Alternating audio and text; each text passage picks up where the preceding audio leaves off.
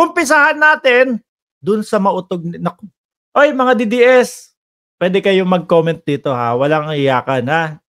Pwede nyo, wag lang naman yung paulit-ulit na pang 20 pesos.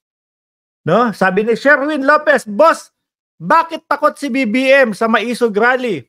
Ano reason? Bakit niya Ha? Sa Bulacan, hindi kayo pinayagan doon nung mismong ngayari ng lupa. O paano naging si BBM yun? Sa Tacloban, hindi kayo humingi ng permit. Paano kayo papayagan? Anong takot? Ang alam ko, takot si Duterte na makipaggera. Anong takot? Eto, presidente natin, tumitindig. Oh, weak leader ang nagpapaiyak sa inyo. Ha? Pero mamaya na yan, pakinggan mo muna itong mautog ninyo sa New York.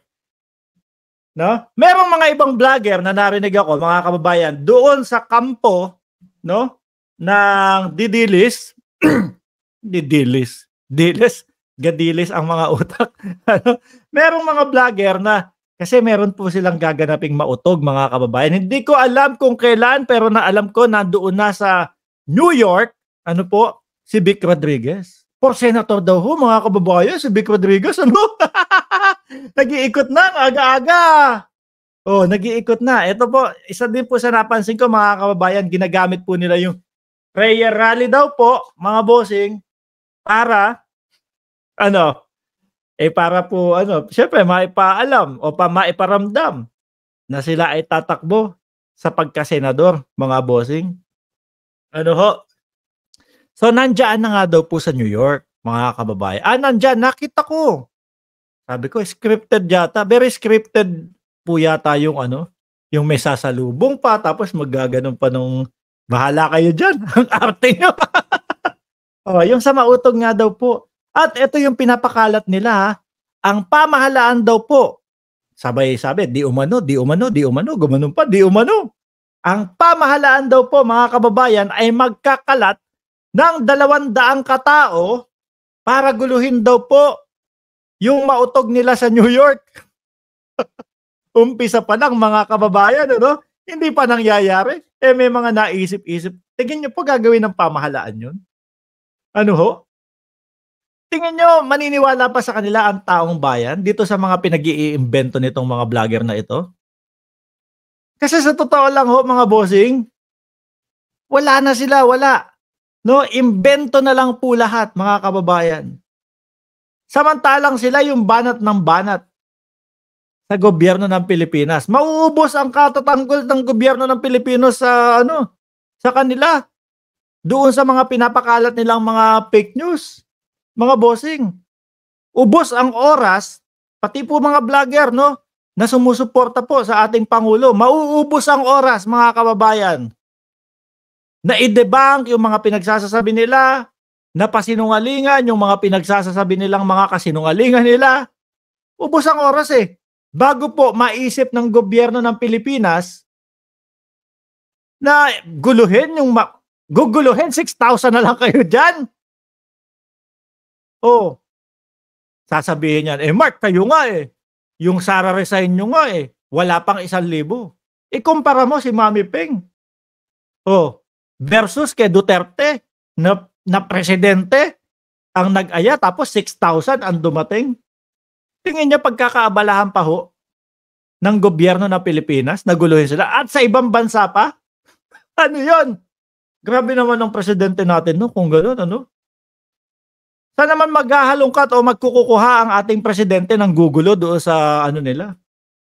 Sa mautog nila dyan sa New York. 3 hours away lang sa akin yun Kaya lang, syempre, baka mag-umpisa na. 3 hours away o 3.5 hours mabiyahe ang New York. Pero hindi na. Magsasayang lang tayo ng panahon dyan. Humingi ba kayo ng permit?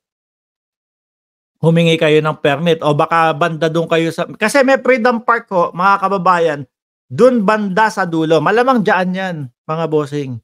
Malamang dyan yan sa Freedom Park, banda sa dulo ng Manhattan. Dyan sila Paano kaya ang mautog nila nun?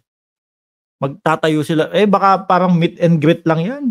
Ako nararamdam ko po mga kababayan, ano lang ho 'yan, kumbaga exposure lang ho. Dahil nga pinapa-ano nila, pinapaingay nila yung Vic Rodriguez for Senator. Vic Rodriguez for Senator!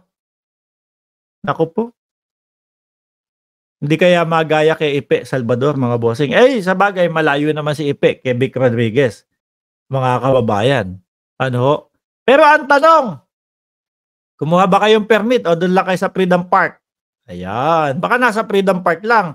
Huwag niyong iwanan na makalat yan. Kasi sabi nung iba, no, nung mga pumunta doon sa 7 days na, ano tawag doon, 7 days na rally ni Kibuloy, na walang nangyari. Pagkatapos ng 7 araw na yun, eh, ang panghi-panghi daw po. Baka New York yan, ha? Baka magsiihian kayo dyan sa ano. Linisin nyo naman, mahiya naman kayo. Baka mamaya pagka nadaanan ng ibang mga lahi o ng mga Amerikano, bakit pumanghi dito? Sino ba yung mga nandito? Eh, kanina lang merong mga mautog dito. May hakbang ng mautog. Ngayon, ang panghi-panghi na. Diyos ko po. Walang pagkakalayo yan sa ano Walang pagkakalayo yung ibinibintang nila na may 200 daw. Di umano daw. No?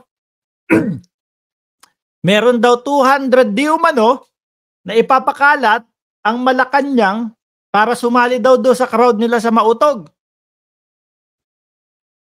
Baka mamaya yung 200 lang ang nandun Tapos mangilan-ngilan lang kayo. Hindi po naalalayo yun mga bossing doon sa pinapakalat nila na meron 300 katao na inarmasan ng gobyerno ng Pilipinas para mamukpok, para pukpukin daw po yung mga vlogger nila. Samantalang lahat sila tumatakbo, meron silang mga camera, meron silang mga cellphone, tapos nandoon din si sino ba yun? O yung mga SMNI nila. Wala man lang maipakita na 300 katao na may hawak ng pamukpok. Ano ho? Ano yun? Biruin mo na ibalita ninyo. Tapos kayo, may mga hawak kayong camera. Wala na naman. Walang Tingin nyo, tatauhin yan? New York? Bakit kaya? Kasi hindi na sila tinatanggap? O talagang ayaw na silang pagmautugin dyan sa Pilipinas, mga bossing? Sablay na naman yung New York morale nila. Sabi ni Eda, makapagmura kaya sila doon? Ano ho? Eh panigurado ho, wala si Digong dyan. Kasi parang kung hindi ako nagkakamali, si Digong walang US visa. Panigurado wala si Digong dyan. New York ko ba ata? Hindi, New York po talaga. Malamang yan sa alamang. Sa ano yan? Kung sakali na kailangan nila ang Freedom Park, doon sila sa parke ng Manhattan. Bandang dulo ho yun, mga bossing. Tapos alam ko medyo may daan ng konti doon papunta ng Jersey Bridge. Ayun, may mga kapwa tayo mga Pilipino doon na nagtatrabaho sila sa Manhattan, pero tinatawid na nila yung New Jersey para medyo mas mura yung kanilang upa, yung kanilang expenses ho, mga kababayan. Ace Medina giyang sa Japan pang 160. Merong anti-Marcos group baka sila lang doon yun. No? Baka kakaunti ho yan Pero ako talaga ulitin ko, pakiramdam ko lang ito. Kumbaga exposure lang po doon sa pagtakbo ng Senado ni Vic Rodriguez. Siguro mga DDS. Kapag ka na yan, pagka medyo na buwisit si Maharlika kay Attorney Vic Rodriguez, sisigaw din niya si Maharlika. Wala na kaming tiwala sa'yo. Sasabihin na naman ng mga utu-utong DDS, sila na lang ang boboto dyan. Sasabihin ng mga utu-utong DDS, wag na nating iboto din si Vic Rodriguez. Ganyan. Di ho ba, mga kababayan? Kasi ginawa nila yan Ginawa nila yan kay Senator Pancher ho mga kababayan. Ayun. Malungkot si Senator Pancher.